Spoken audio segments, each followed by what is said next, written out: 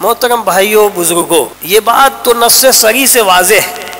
قرآن کریم کی آیات واضح طور پر اعلان کرتی ہے کہ ہمارا مقصد تخلیق اللہ رب العالمین کی عبادت ہے،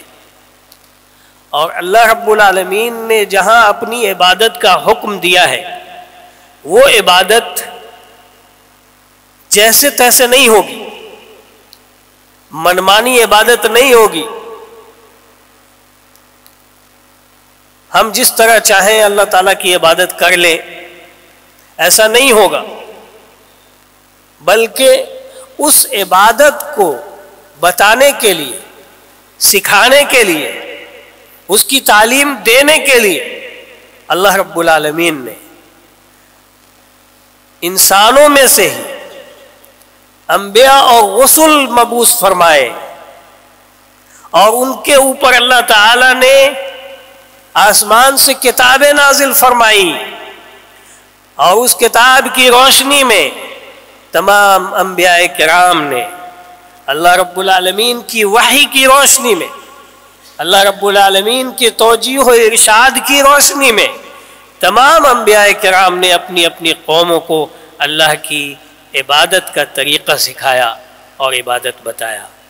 اسی سلسلے کی آخری کڑی پیارے نبی محمد رسول اللہ صلی اللہ علیہ وسلم ہے، جن کے اوپر اللہ رب العالمین نے اپنی آخری کتاب قرآن مجید کو نازل فرمایا۔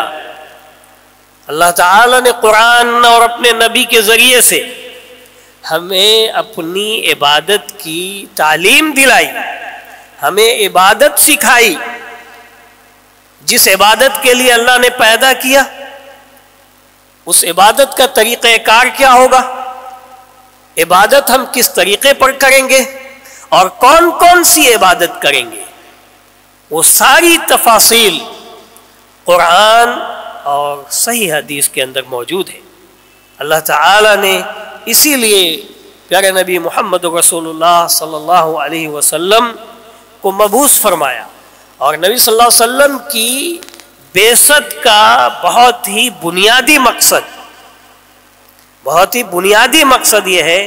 یعلمہم الکتاب والحکمہ، کہ یہ جو نبی ہیں جو قرآن کی آیات کی تلاوت کرتے ہیں، وَيُزَكِّيهِمْ، اور ان کا تزکیہ کرتے ہیں، وَيُعَلِّمُهُمُ الْكِتَابَ وَالْحِكْمَةَ، اور اپنے ماننے والوں کو وہ کتاب و حکمت کی تعلیم دیتے ہیں، قرآن اور حدیث کی تعلیم دیتے ہیں، وحی کی تعلیم دیتے ہیں جو اللہ رب العالمین ان کے اوپر نازل فرماتا ہے۔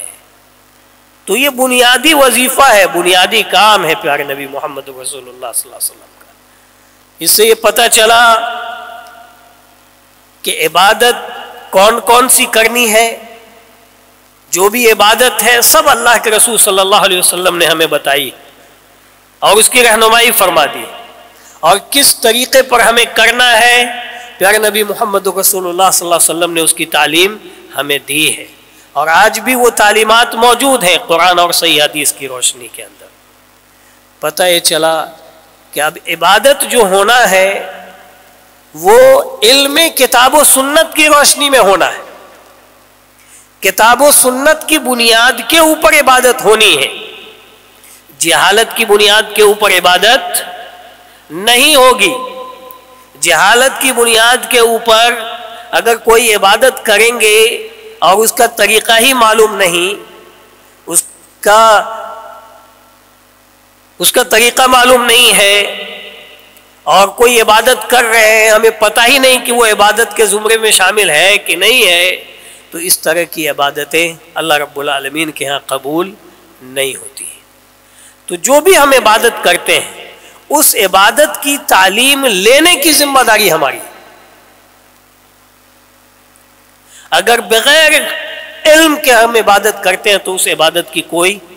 حیثیت نہیں ہوتی۔ اسی لیے اہل علم نے واضح طور پر بتایا ہے، بلکہ اہل علم کا، ائمہ کرام کا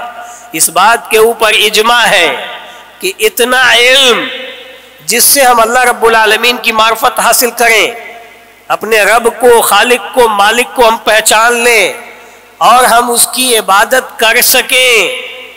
اتنا علم ہر ایک فرد کے اوپر فرض ہے، فرض عین ہے، لازم ہے کہ وہ تعلیم حاصل کرے جس سے اللہ کی معرفت حاصل ہو اور اللہ کی عبودیت کو وہ پیش کر سکے اور اللہ تعالیٰ کے لیے عبودیت کو ثابت کر سکے کہ وہ اللہ کا بندہ ہے، اللہ کی بندگی اسے کیسے کرنی ہے اس کا علم اس کے پاس موجود ہو۔ اسی لیے یہ ارکان اسلام جو اسلام کے ارکان ہیں اور جن رکنوں پر، جن چیزوں پر اسلام کی بنیاد ہے، کلمہ لا الہ الا اللہ، اقامت الصلاۃ، ایتاء الزکاۃ اور صوم رمضان والحج لبیت اللہ الحرام، یہ اسلام کے ارکان ہیں، اس کا علم حاصل کرنا بنیادی طور پر لازمی اور ضروری ہے۔ اسی طرح سے ارکان الایمان، ایمان کے ارکان کو بھی جاننا اور اس کا علم حاصل کرنا ہر ایک کے لیے لازمی اور ضروری ہے۔ اس کے علاوہ جو اس کے تفصیلی علم ہے، اس کے جو شریعت کے جو مسائل ہیں، احکام ہیں، فرامین ہیں، دیگر واجبات ہیں، اس کی جزیات ہیں، حرام و حلال کی تفصیلات ہیں، امر بالمعروف نہی عن المنکر کی تفصیلات ہیں، حلال کی تفصیلات ہیں، حرام کی تفصیلات ہیں، یہ سب فرض کفایہ ہے۔ امت کے اگر چند لوگ اس کو حاصل کر لیتے ہیں تو پوری امت سے گناہ ساقط ہو جاتا ہے۔ اگر امت اس سے غفلت برتے گی تو ساری کی ساری امت گنہگار ہوگی۔